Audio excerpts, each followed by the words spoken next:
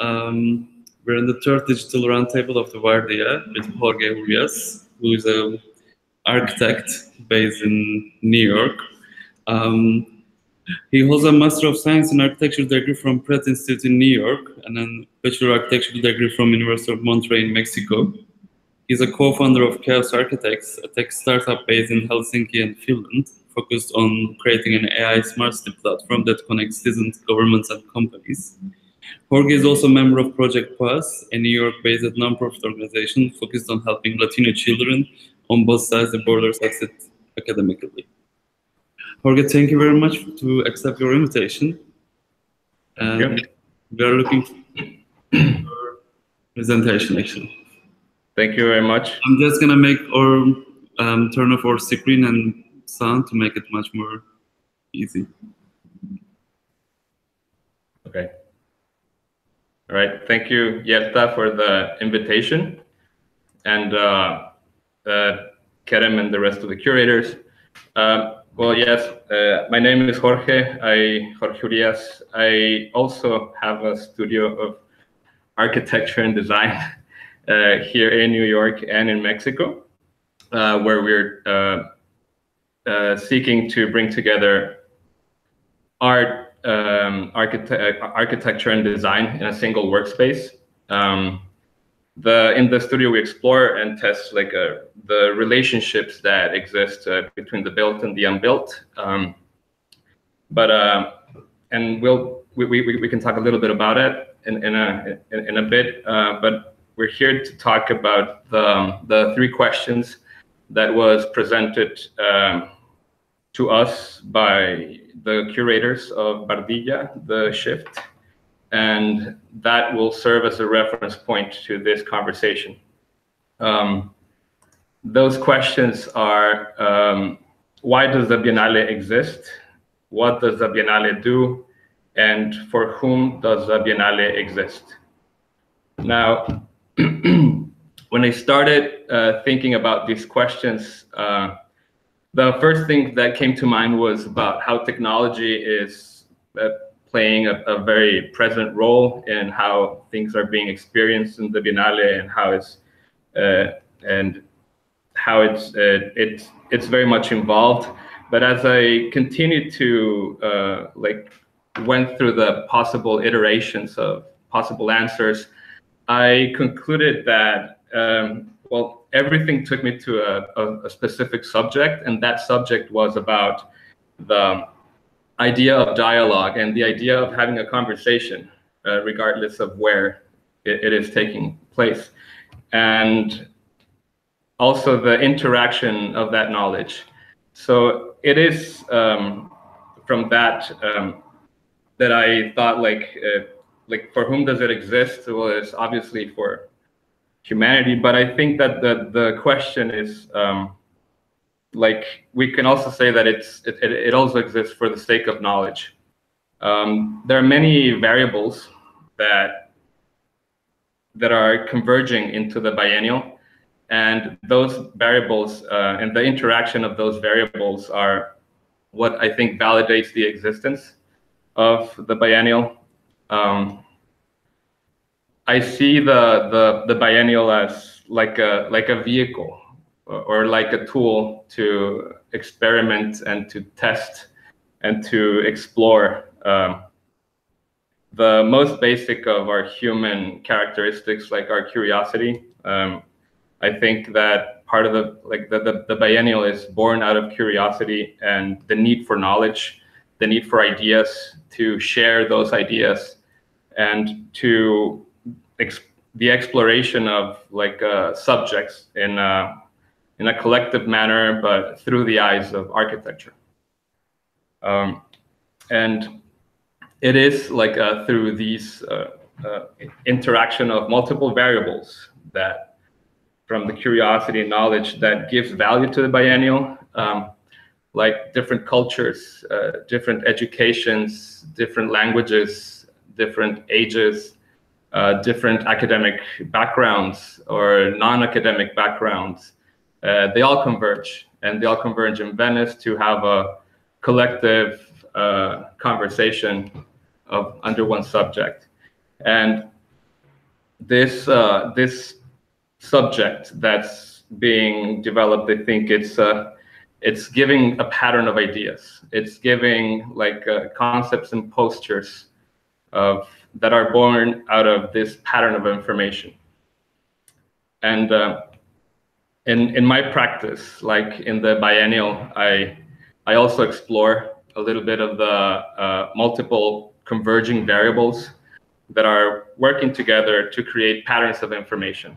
And those patterns shape my work and my approach to architecture. I'm gonna share my screen in a bit. And okay. Yes, if I can figure out how to do it here. Yes. Should be the second one. Yeah.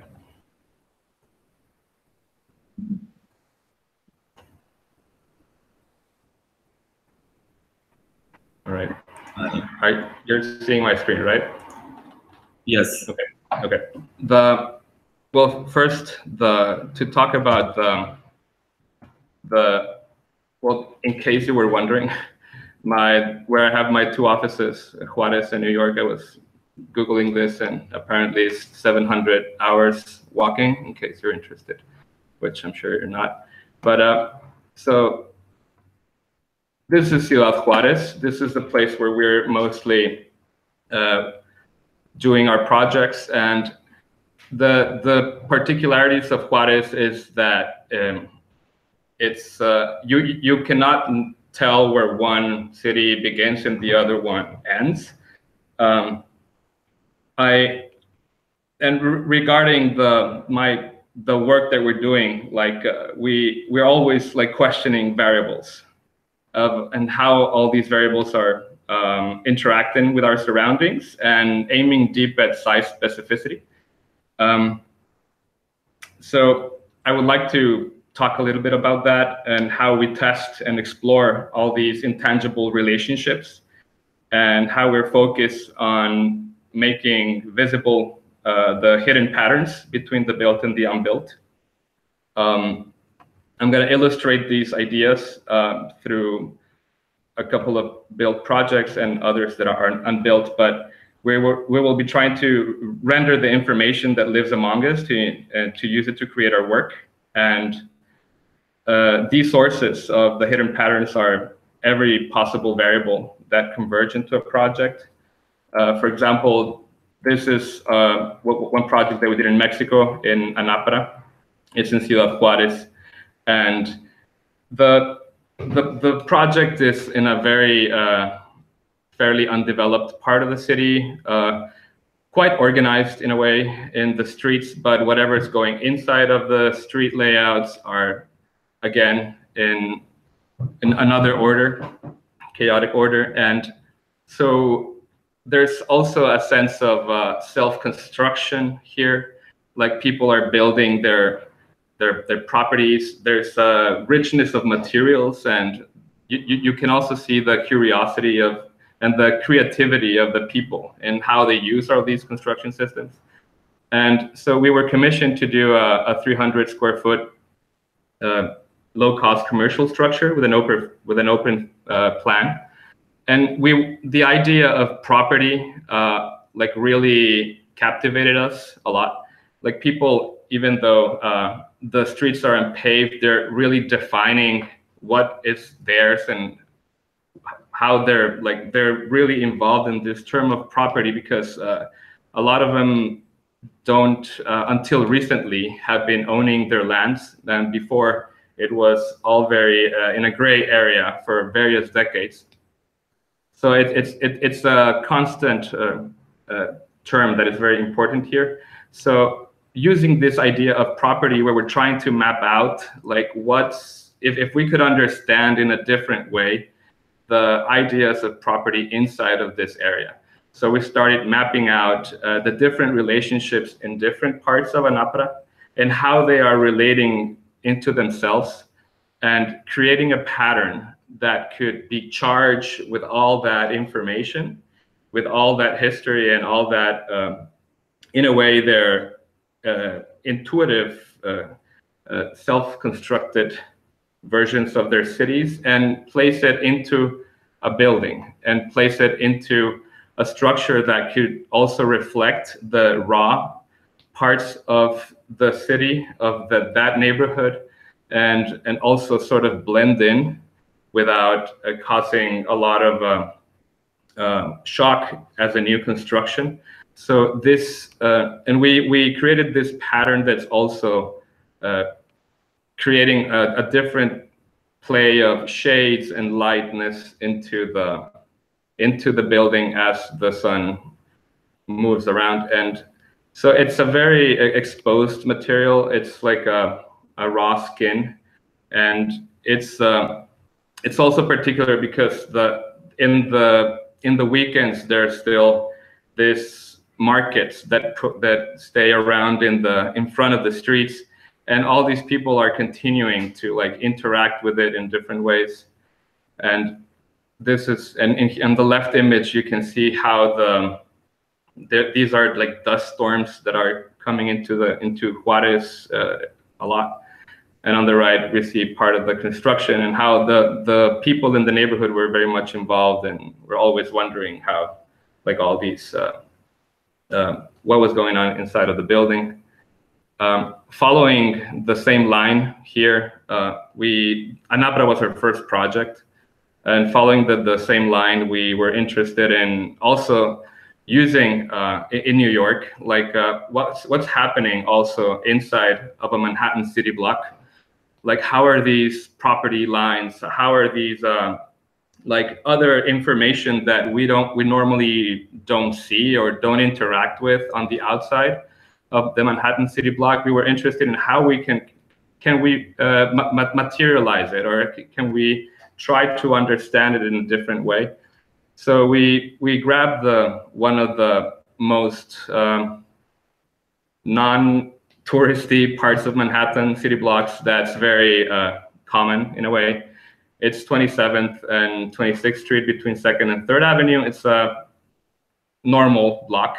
But what's interesting here is that we can see both tall buildings, low buildings, open, undeveloped parts, and open carvings. And the relationship with it, open and ventilation ducts, and that are incorporated into the architecture. And we were trying to understand how can we see how everything inside is working. So we started creating the patterns and the relationships that are happening within inside to create a structure that then helped us capture that essence of the Manhattan city block. And while we're creating this structure, we're doing this bench or sculpture or table or object. It's practically whatever we want it to be, but it captures the essence, and we can start to observe some of the relationships that are happening inside that we would not be able to interact with. Another example at a different scale, it's a proposal that we did for a mural that we did in Brooklyn with New York-based artist Margaret Inga. And we were, in this proposal, we did it in 2017, I believe. We were looking to capture the past and the present of this site, because it's a building that was going to be demolished in order to create a 900 apartment tower. So, and the mural was going to be living there for only 2 years.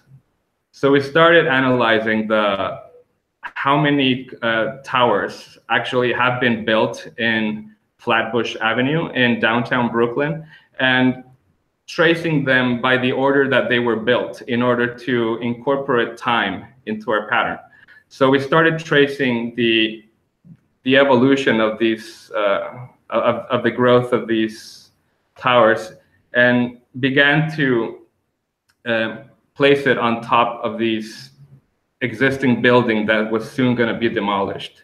The final version of their proposal was, it was telling 3 stories. It was sort of like a multi-layered detective tale. If like when we're talking about the future and we're talking about the past, like the past farmlands of Brooklyn, the future towers, and also the extinction of all these nature that had to go through before this was built.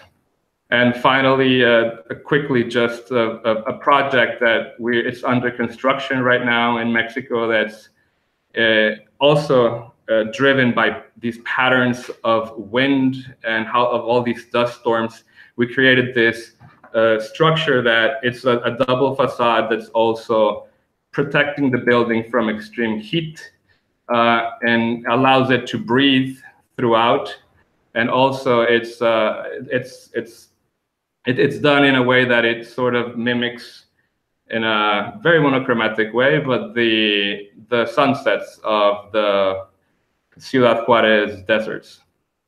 So in a way, I wanted to mention the diversity of like knowledge and like the different patterns of information that goes through. I think that helps us create questions that in the end drives our approach to architecture.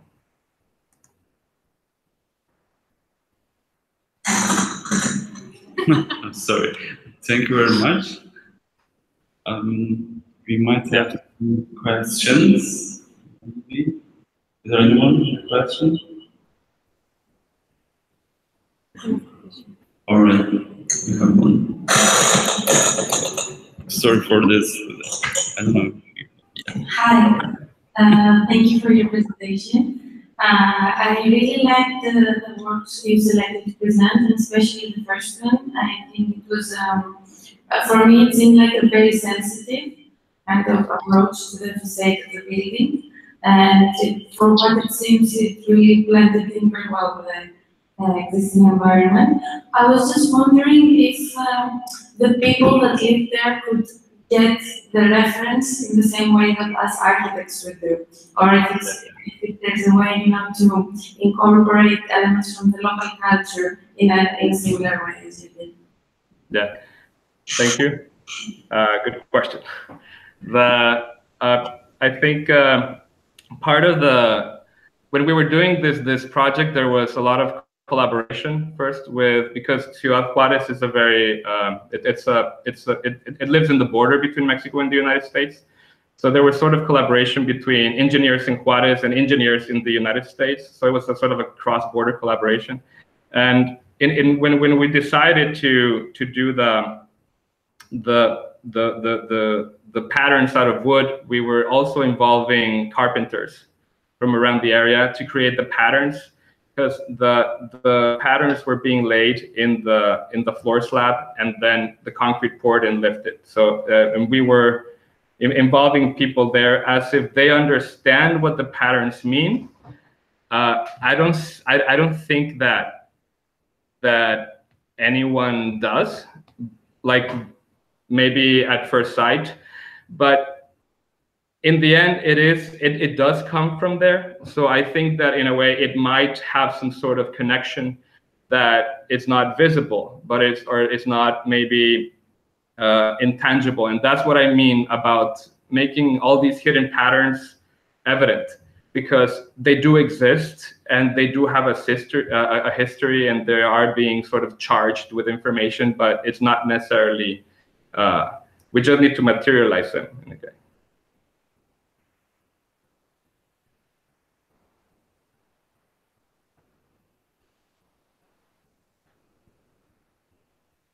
Okay, you can answer us.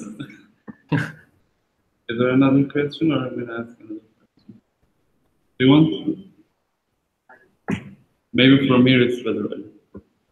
If you come here and ask. Can I ask what do you think about the future? I just. Did you hear well? No. Something about the future? Sorry. His buildings or? His and other. So. Yeah.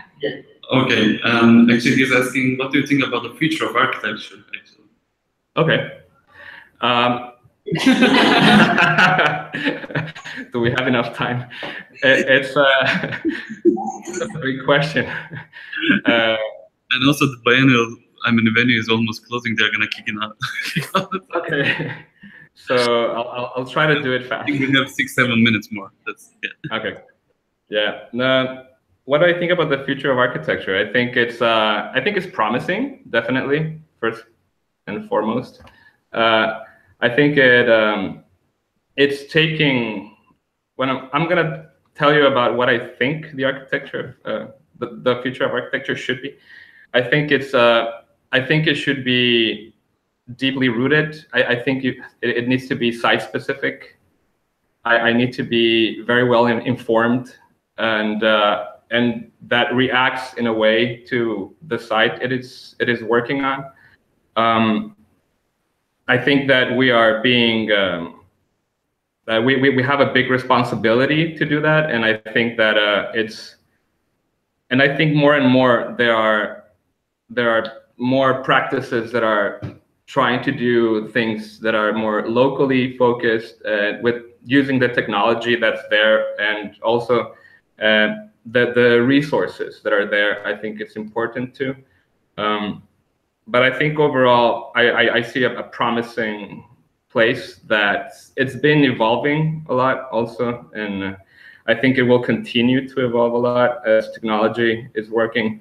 But even though technology is taking part of the role of architecture, and we use it and we experience it with it, and I think that it's going back to the human side. I think because at the end, I don't think architecture. I think we need that part, that connection, to if it's for us, if it's for humankind.